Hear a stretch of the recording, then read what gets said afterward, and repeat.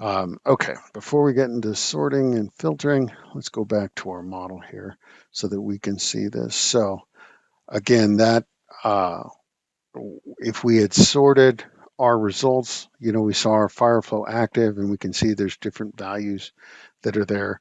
Hey, at 1,000, I was only at 99 PSI, so I could get up to 6,680 in order to get junction 11 down to 20 PSI. Now, could that cause lower pressure somewhere else? Possibly. So that report won't tell you. But if we look at the Fireflow design report, so again, active Fireflow, Fireflow design, the complete report, and this is a little bit wider report so that we can stretch this.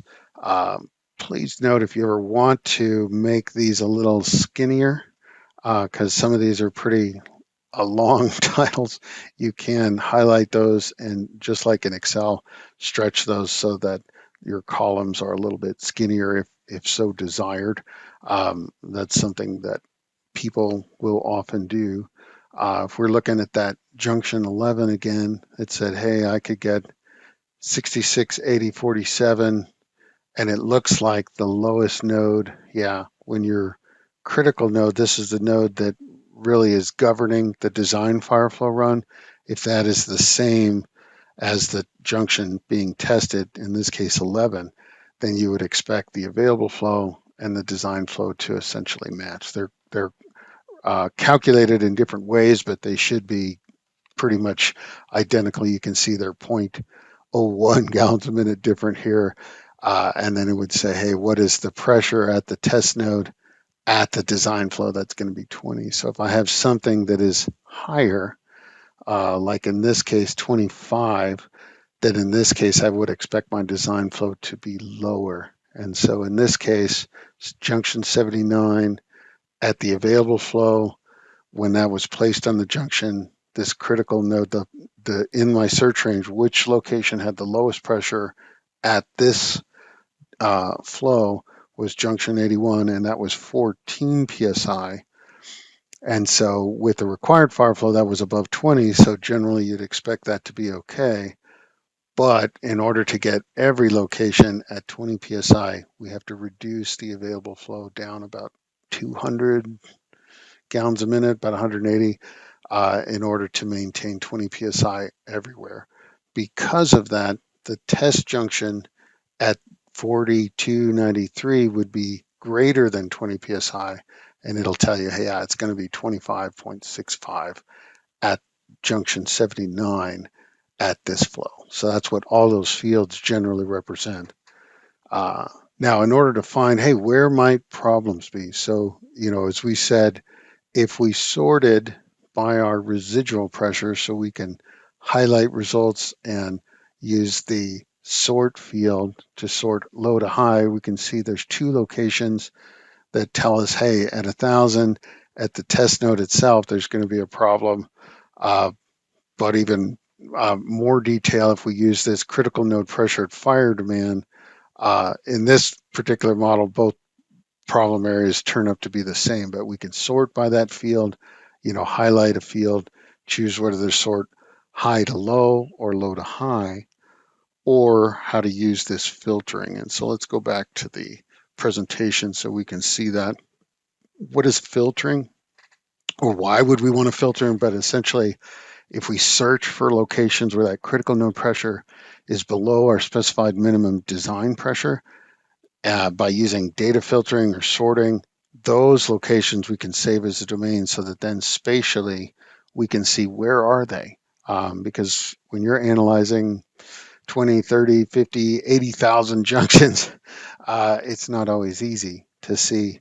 And that, so being able to save them in something that you can find is good, very helpful. And then once you do identify those locations, you can review them one at a time in order to identify what system improvements would be needed to increase the fire flow capacity above what is required. And so that's often by either pipe replacements or adding looping piping. Those are pretty common.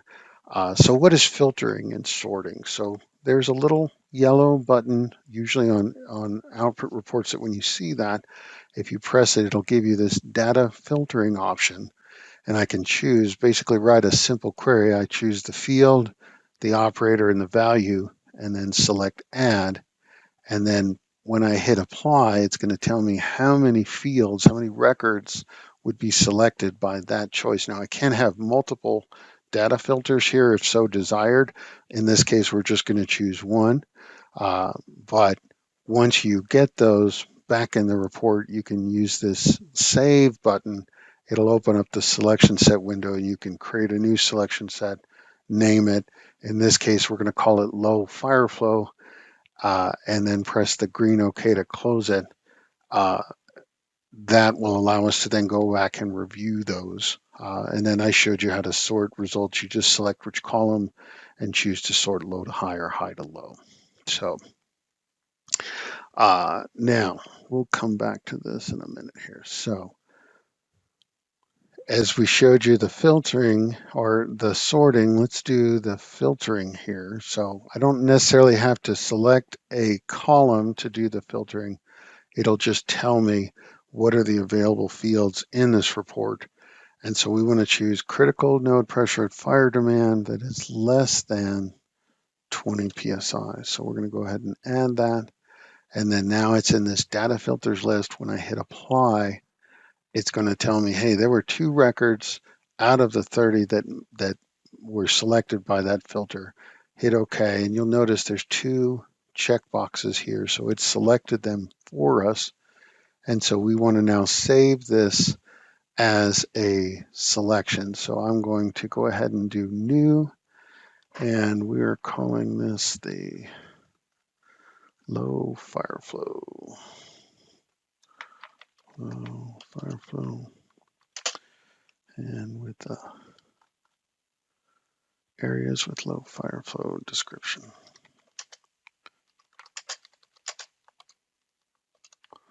Okay, so low underscore. Now, one thing to be aware of, underscores are fine, spaces are not. So if you want to place a underscore so that it's a little bit easier to see what separations are, that is often the best way to do that. So we're going to hit OK. Now, once a selection set is highlighted in this blue, whichever one is selected when I hit OK is going to be replaced by the checkbox values. So make sure it's on the one you want, hit the green OK. That will now save that for you. Now, so that we can save this current domain as so we can go back and run Fireflow on it, I'm going to go ahead and use this, open the domain manager again. Let me show you that. So domain manager in the domain, I'm choosing selection. Actually, it doesn't matter what you choose there. Just hit the save button. And again, I'm going to press new, and we're going to call this Fireflow underscore JCT. So these are Fireflow junctions. Okay. And again, it's highlighted in blue, so whatever's highlighted is going to get replaced. Hit OK. Now, just to show you what that does, so if I hit clear, you see my domain went away. I'm going to choose that Fireflow junctions. You can see it brought those all back. So that's kind of where we're doing. But let's choose now, let's clear it so that it's clear if it's not already, and then choose the low Fireflow, what we just selected from our report, and press add. You'll see these 2 locations show up. Now, the bigger your model, this is kind of a small, very small system, but the bigger the model, the more helpful this larger setting for your domain is. But we can click on those and we can see, let's change this to active Fireflow so we can see the active Fireflow results if it didn't already in your model. That's what we'll want to see here. But if we go down to here, we can see, and let's just expand this a little bit so we can see our data fields a little bit clearer.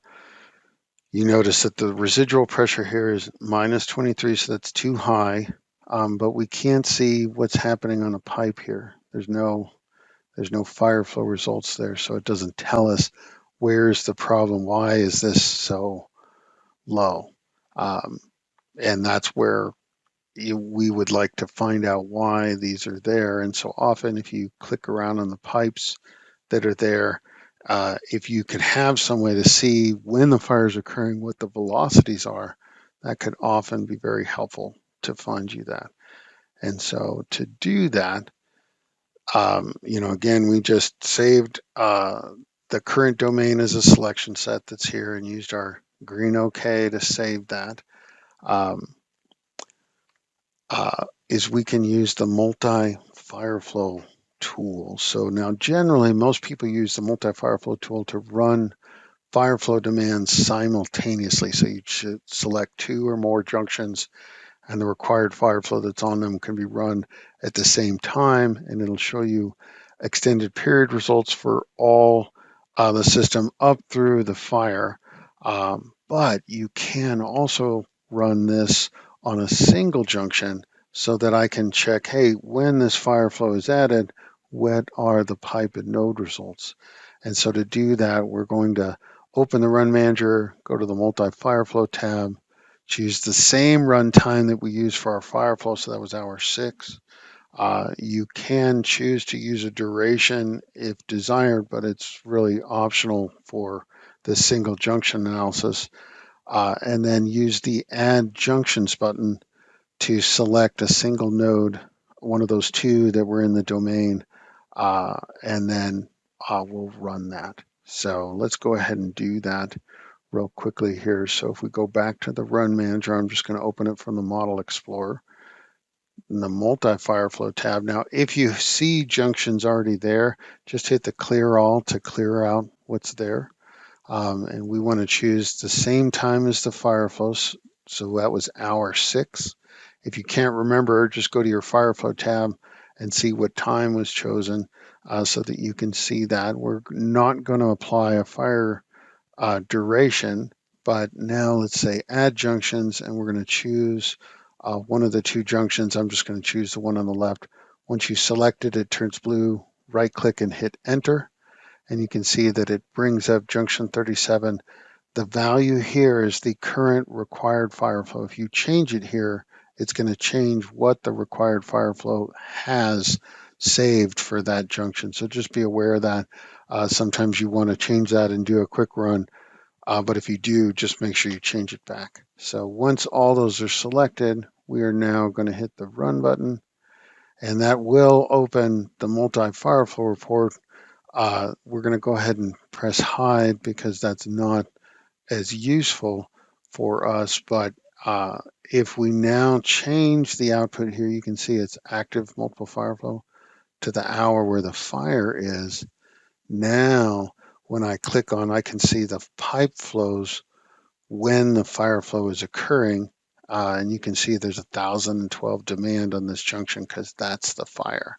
So that's very useful and very powerful for us. And, being able to use that now that we have pipe results, we can now use the map display to find locations where the pipe velocity or the pipe head loss is high. Why is that important? Because generally high velocity is going to lead to high head loss, and locations with high velocity or high head loss are usually what's burning the available head and therefore causing a low fire flow capacity. So if you know where the bad head loss or bad velocities are, you can often see, oh, okay, here's where pipe improvements would help me, and I can do that. So we're going to use the map display for results.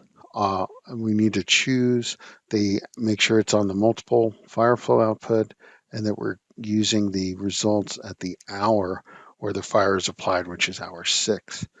And so when we select a map display, locations with high velocity are going to stand out, and we're going to look at those pipes to see what's happening. And we generally want to ask yourself, hey, is the pipe too small for fire flow? Would I get some improvements by replacing pipes. Would additional pipe looping help? Identify possible looping and look at that. And hold on for a second. Okay, cut to here.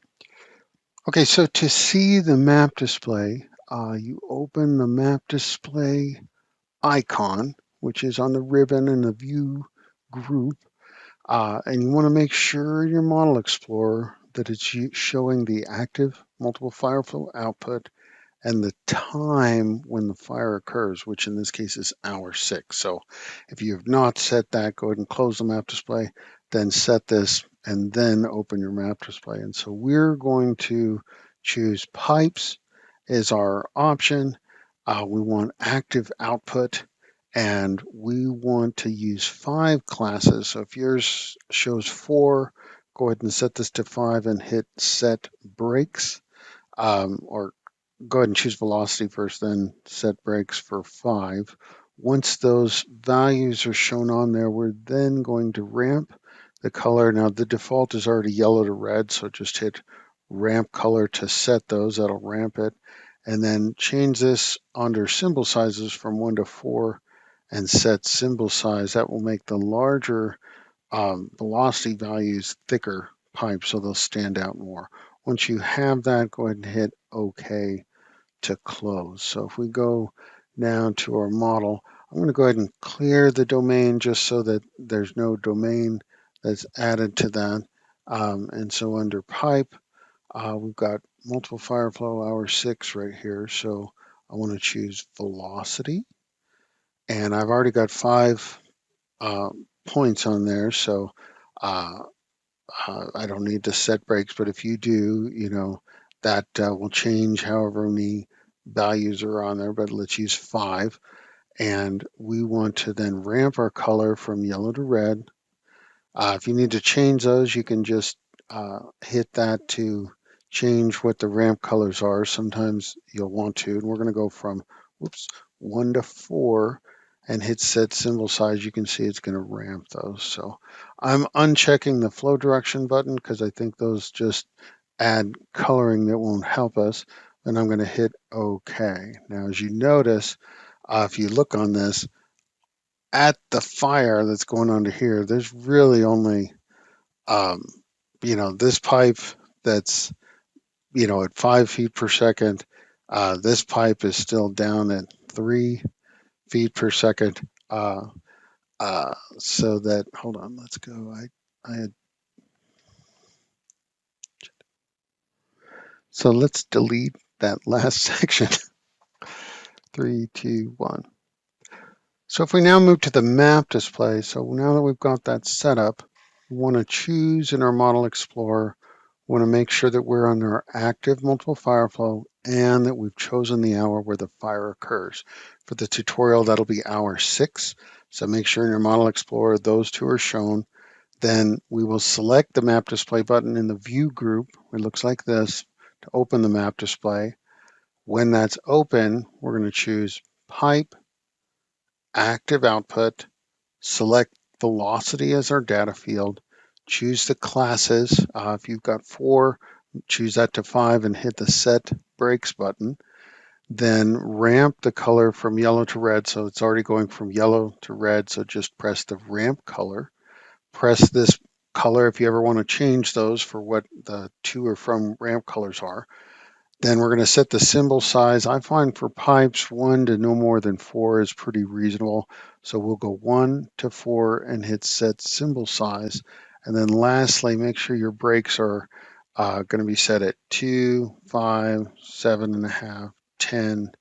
And then this last one will be the highest velocity you see. So just leave that whatever it is. And then we'll hit OK. So if we go to our model here, hold on. Let's clear my display. So again, we've got active multiple Fireflow, hour 6. If yours isn't there, go ahead and choose that. And then now hit the map display. So under pipes, active output, velocity, and then as noted, if you need to change the set brakes, do that. and hit the set breaks button to actually set however many are on there. Use the ramp color to adjust those that are there. And again, if you need to change what colors you're ramping, you can just click on it to do that. Go from 1 to 4 instead of 10 and hit set symbol size. And then here, let's go to 5, 7.5, and 10, so that this will be our cutoff for that. And then we're going to hit OK. Now that will then color code results, and you can see there's some higher velocities up here. We've got a 5 feet per second. That's still not too bad. Even down here, we're at 3. That's pretty reasonable. But let's click on this pipe here.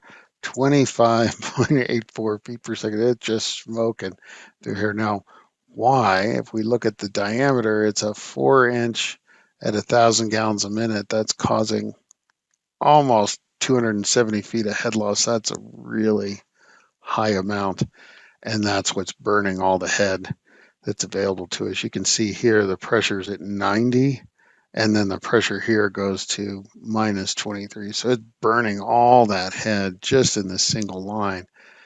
This pipe is just too small for the flow. You know, if there was some kind of looping that we could do in here, that might help, but really this 4-inch line is just not good. So that is really how you can use this multiple Fireflow to review each of your problem areas for the Fireflow, because those large pipes with the high velocity are going to stand out. Same thing if you use total head loss, the high head loss pipes are going to stand out. You know, and really that's that question. Is the pipe too small? In this case, yes, we can improve that by replacing it from a 4 to something larger, or would additional pipe looping help? You often can look at that, and then once you can see if there is looping or places to add pipes, then you can rerun the model to reevaluate things. And so some kind of good rules of thumb. You know, if you take the simple flow equation, you know, flow is area times velocity, and you put in, hey, at 10 feet per second for my velocity, and I know the area because of the diameter, I could solve for what flows on different size pipes would get me 10 feet per second. You can come up with a table kind of like this right here. This is often a helpful guideline to see, and you can see in that 4-inch line, this is only at about 392 gallons a minute, much, much below what we needed at 1,000. Even a 6-inch at 881 would have been pushing it. And it's not until you get to an 8-inch line that you know for sure on a single dead end line, I could get 1,000 gallons a minute and definitely be less than 10 feet per second. What happens at 10 feet per second is essentially the head loss starts to get so large because it's exponential that pretty much that's a pretty good rule of thumb of, hey, use that as a guideline that you can pretty much say, okay, what would I need? So on a single dead end line, you can look at these flow rates that are calculated to see that.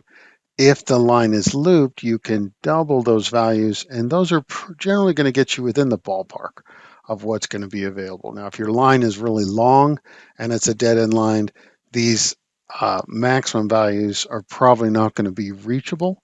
So, you know, like if I had a long 8-inch line, I probably could pretty much get 1,000 as long as it's not too long. But, you know, that's kind of what needs to be on there. But if it's looped, generally in the ballpark, and that kind of gives you a sense of what would I need to get what I'm required, so that then I can, you know, when I'm looking at possible replacements, that can guide me. So, you know, in this case right here, the velocities were already good in these areas. So let's go ahead and just change this to an 8 and see what that is. And if you actually look, this other problem area also was a 4-inch line. So let's change both of those to 8s at the same time. And let's go ahead and rerun our multiple Fireflow just to see what that does.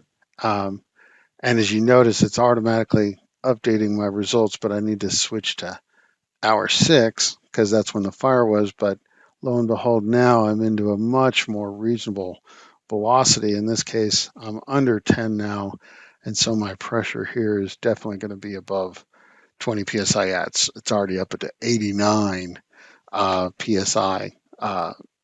Pretty much that says, yeah, that's just what would be needed, is just a line replacement. If you had some place like over here, if these were giving you problems, because these are also 4 inches, but I don't think we uh, uh, ran into some issues with those. But those, you can say if I had some looping here, that may have helped. But if these were still both 4 inches, it probably wasn't going to be enough.